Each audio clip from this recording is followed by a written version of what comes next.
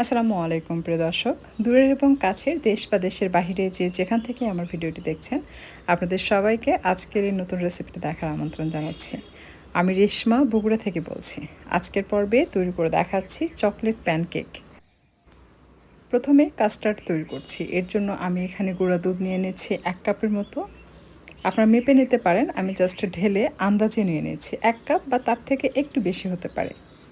এখন গরমের দিন আপনি এই কাস্টার্ডটা তৈরি করে কিন্তু ফ্রুট কাস্টার্ডও বানিয়ে নিতে পারবেন, আবার প্যানকেকের ভিতরে দিয়েও খেতে পারবেন। আমি পানি দিয়ে দিচ্ছি এখানে 2 কাপ, আর মিষ্টির জন্য দিয়ে দিচ্ছি 1/3 কাপ। যদি হালকা মিষ্টি খেতে পছন্দ করেন তাহলে আরও কিছুটা কম দিতে পারেন, আর 1 চিমটি স্বাদমতো লবণ দিতে পারেন।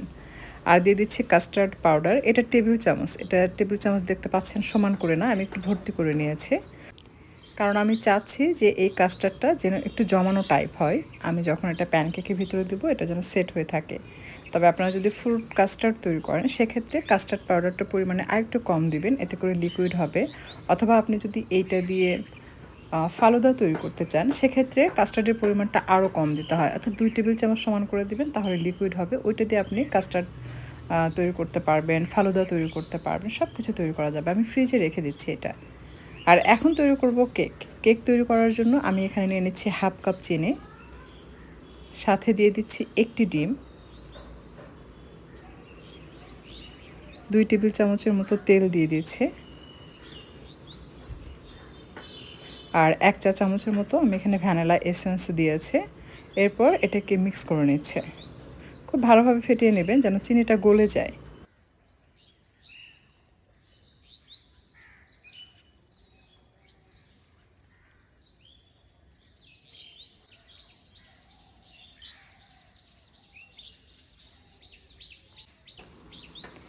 এখন দিয়ে দিচ্ছি লিকুইড দুধ 1/2 কাপ,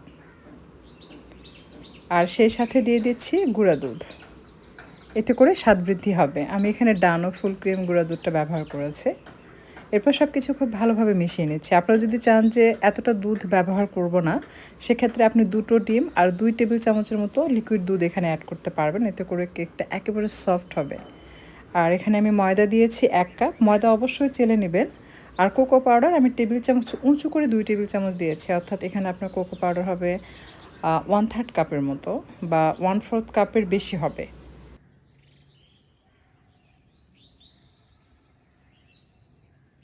আর বেকিং পাউডার এটা আমি 1 চা চামচের মতো দিয়েছি।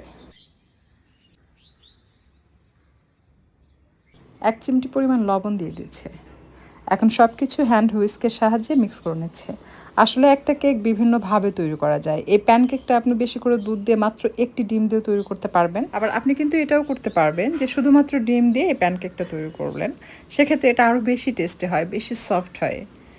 আর একদম শেষে আমি আবারও কিছুটা তেল দিয়েছি, এতে করে কেকের মধ্যে শাইনিং ভাবটা চলে আসবে।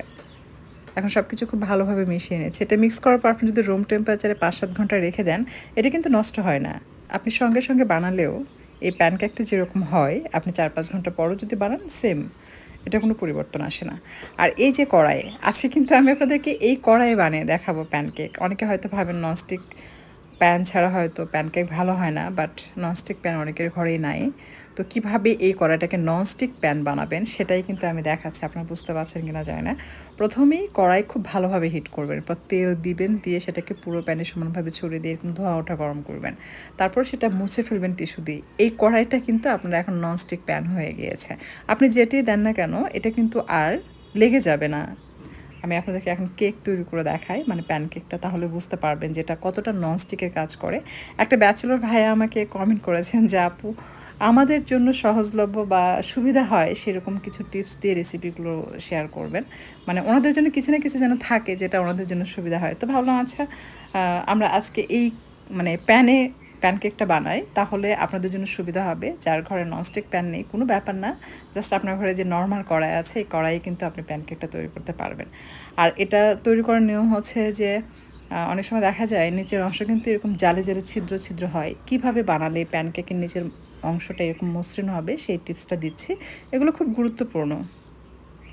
প্যানটা যখন আপনি পিচ্ছিল করে নিলেন তখন তো অনেক গরম থাকে, ওই অবস্থায় দিলে নিচে ছিদ্র ছিদ্র জালি জালি হবে। চুলা বন্ধ করে দিবেন, অপেক্ষা করবেন এটা হালকা গরম হয়ে আসার জন্য। যখন দেখবেন যে আপনার কড়াইটা হালকা গরম হয়েছে তখন আবারও চুলা ধরিয়ে দিবেন, দিয়ে জাস্ট হালকা আছে কিছুক্ষণ রাখবেন।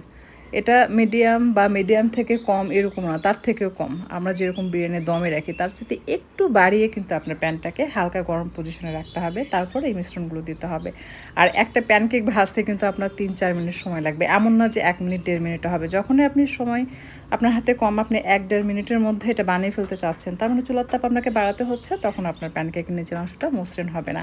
আর এই যে দেখতে পাচ্ছেন কাস্টার্ড একদম জমে গিয়েছে, এটা প্যানকেকে ব্যবহারের জন্য একদম পারফেক্ট। এটা আমি ফ্রিজ থেকে বের করে আপনাদেরকে দেখালাম। এখন আমি এটা কেকের মধ্যে ভিতরে ঢুকে দেখাচ্ছি না, আমি এখানে ভিডিওটা শেষ করছি। তো আপনারা চাইলে এটার মধ্যে দিয়েও কিন্তু সার্ভ করতে পারবেন। আশা করছি ভালো লেগেছে। রেসিপি ভালো লাগলে লাইক কমেন্ট শেয়ার করে চ্যানেলটি সাবস্ক্রাইব করে নিয়মিত চ্যানেলের সাথেই থাকবেন। আর আপনারা যারা ফেসবুক পেজ থেকে আমার ভিডিওটি দেখছেন, লাইক অ্যান্ড ফলো দেননি, তারা অবশ্যই লাইক অ্যান্ড ফলো দিয়ে চ্যানেলের সাথেই থাকবেন। আজকে আর কথা বাড়াচ্ছি না, এখানে বিদায় নিচ্ছি। সকলে সুস্বাস্থ্য কামনা করছি। ভালো থাকবেন সবাই। আল্লাহ হাফেজ।